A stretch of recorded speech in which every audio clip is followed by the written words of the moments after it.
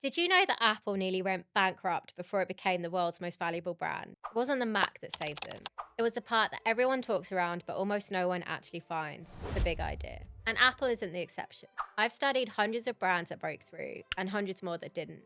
And here's what surprised me. A big chunk of the brands that stayed stuck were awesome at marketing. They had great copywriters, awesome design, and solid products. So, what was the problem? They were trying to grow their business without a big idea, which is the equivalent of trying to build your house on sand. As a result, they watch newer, scrappier brands that shouldn't be able to touch them, overtake them in a matter of months. And it feels confusing when that happens. Because logically, you should be winning. Maybe you've seen this happen. Maybe you're living a version of that right now. In this video, I'm going to break down the 5 forces behind big ideas that radically grow businesses seemingly overnight. I'll show you how they actually show up in real brands, so you can apply the same strategy to your own business. First, what actually is a big idea? Think of it like this. Your big idea is the overarching messaging that underpins every element of a campaign, funnel, or your brand as a whole. It defines how you stand up in the market, shapes the story you tell as a brand, and informs every decision from your brand voice to the images on your website. You can switch up your funnel as many times as you like, but without a big idea holding it together, your success is contained to incremental improvements at best. To quote Ogilvy, if you have a truly big idea, the wrong technique won't kill it. And if you don't have a big idea, the right technique won't help you. Here's a quick test. Ask someone on your team, what's a big idea? If they can't answer in one sentence, you don't have one. This is where it gets exciting, because if you don't have one yet, you haven't hit your real growth ceiling, not by a mile. So if you've ever looked at your numbers and thought, this should be growing faster, stay with me, because one of these 5 forces may well be the missing piece. Force 1, big ideas that declare war. There's nothing more frustrating than losing customers to a brand just because they've been around longer, especially when you know you're selling something better. But selling better doesn't work here, because you're trying to outcompete inside a system that was built for them. They have the reputation, the distribution, and the ad spend, which means ultimately the best you can hope for is second place, which is fine on sports day, but not when you're trying to grow a multi-million-dollar business, because second place means lower margins, harder sales, and working twice as hard for half of the growth. And underneath it all is a feeling you can't quite shake, that you're capable of building something so much bigger than this. If you want to break out of that, stop worrying about better. Declare war on the entire market and give customers a side to pick. In the 2000s, a pair of glasses would set you back $300 to $500 because one company, Luxottica, controlled the market. Then in 2010, Warby Parker came in and said, fuck that. We're going to sell glasses for $95 a pair. They sold out their top 15 styles in less than 4 weeks. So you might be thinking, oh, of course they sold out. They were cheaper. But here's what's interesting. Cheap glasses already existed. Zenni Optical was selling glasses for $10, but they struggled to go mainstream. Why? Because being cheap isn't a big idea, it's just a price point. Warby Parker didn't just lower prices, they exposed the system. They called out how ridiculous it was for quality glasses to cost as much as an iPhone. In the place of a competitor, they created a villain. A rigged monopoly where one company controls pricing. Warby Parker hit $1 billion valuation in under 5 years. And they're widely credited with disrupting one of the most consolidated retail markets in the US. This isn't an isolated case. Dollar Shave Club became a multi-billion-dollar brand by declaring war on expensive flashy razors, allowing them to win in a market dominated by Gillette. Monzo didn't just build a bank. They picked a fight with hidden fees, confusing transactions, and invisible money. Their war cry was, your bank is screwing you. You just can't see it. Monzo is just 10 years old, and it's one of the most popular banks among young people in the UK. In all 3 cases, we see a new brand enter a market dominated by one competitor. Warby Parker didn't win by outcompeting Luxottica. They changed the game customers thought they were playing. They say the enemy of my enemy is my friend, and this is certainly true for your customers. Because the moment there's a clear villain, it's no longer which brand is better, it's which side am I on. And that's when brands blow up overnight. Force 2. Big ideas that reframe the problem. One of the biggest mistakes that's keeping you small is only selling to people who already agree with you.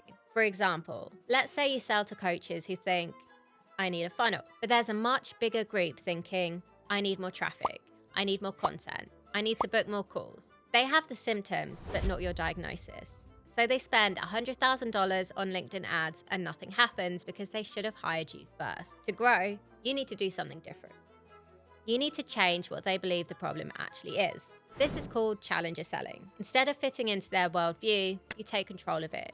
You teach them how to think about the problem differently and reframe it in a way that makes your solution the obvious next step. Apple did this perfectly. In 1997, they were close to bankruptcy. They were selling to an audience that was frustrated because computers felt complicated. Customers told themselves, "I'm just bad at tech." All the while Apple was selling better specs, they were met with resistance and missed sales targets until they reframed the problem. It's not that users were bad at tech, it's that computers were made to be unnecessarily complicated. This created the illusion that computers were for the IT crowd, not your everyday Joe. Apple repositioned itself as the computer for makers, artists, and independent thinkers. They launched their famous Get a Mac campaign, where they personified two characters, a stiff, suited PC and a relaxed, creative Mac. Big idea wasn't better specs, but a self-image proposition. What kind of person do you want to be? The Think Different campaign made the same move at a brand level, associating Apple with Einstein, Picasso, and Gandhi, rather than processing power. Apple grew from near bankruptcy to the world's most valuable company. Their net worth is in the trillions. That's a scary amount of zeros. So if you're stuck fishing in a small pond with competitors who offer something very similar, ask yourself, what's the biggest group of people who would benefit from our product? Then ask, how can I reframe the problem for them so we're the obvious solution? Now you're not selling a set of features customers are indifferent about.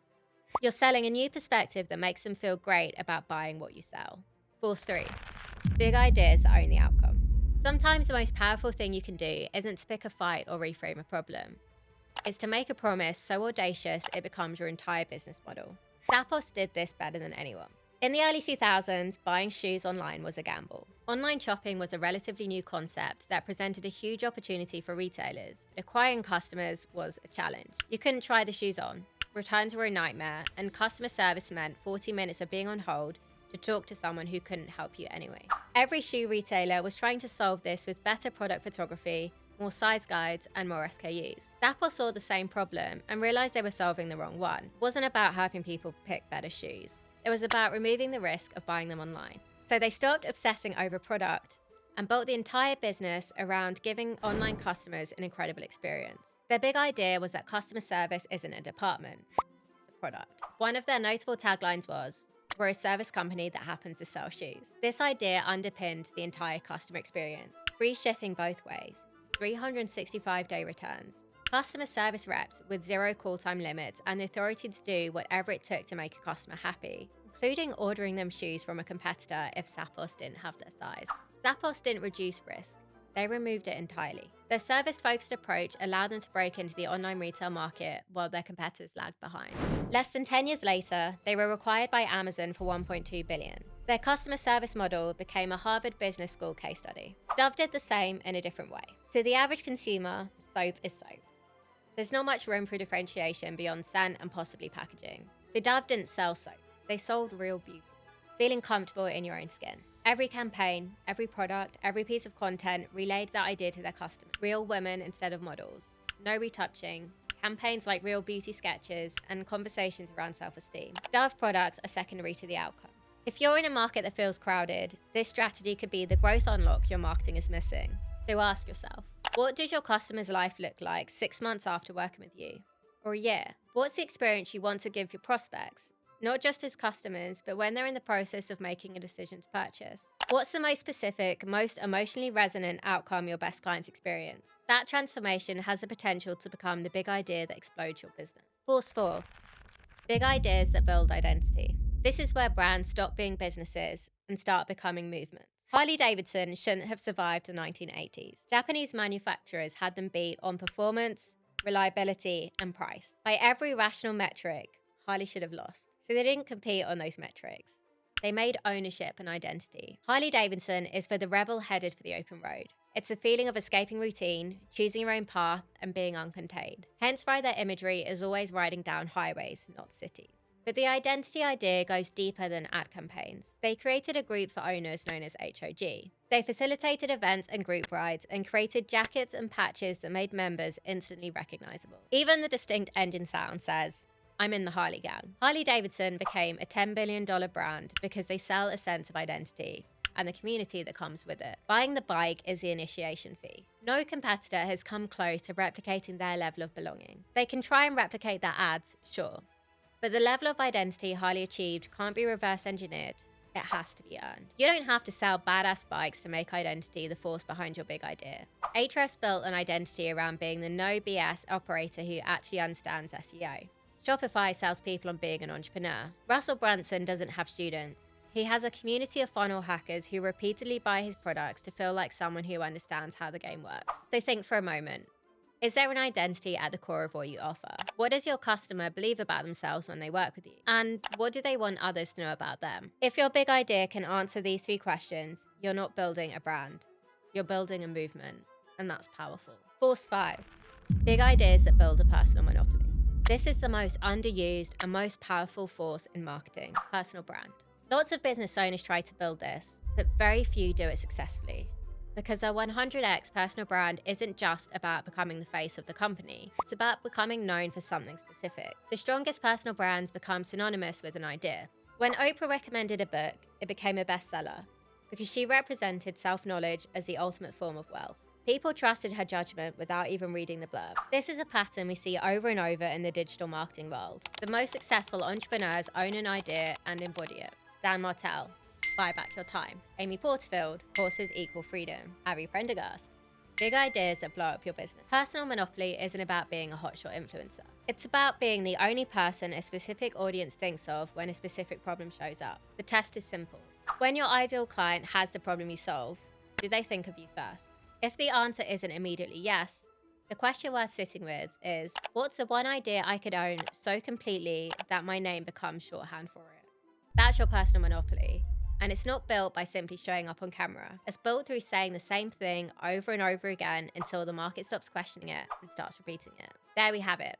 The 5 forces behind a killer big idea. You don't need all 5 forces to win. The most powerful brands in history were usually built on one, executed with complete conviction. But you do need one. Because without a big idea, you're competing. And competing means you're always one better funded rival away from irrelevance. With a big idea, you stop being one of many options. You become the obvious choice. And that's the difference between brands that grow slowly and brands that take over the world.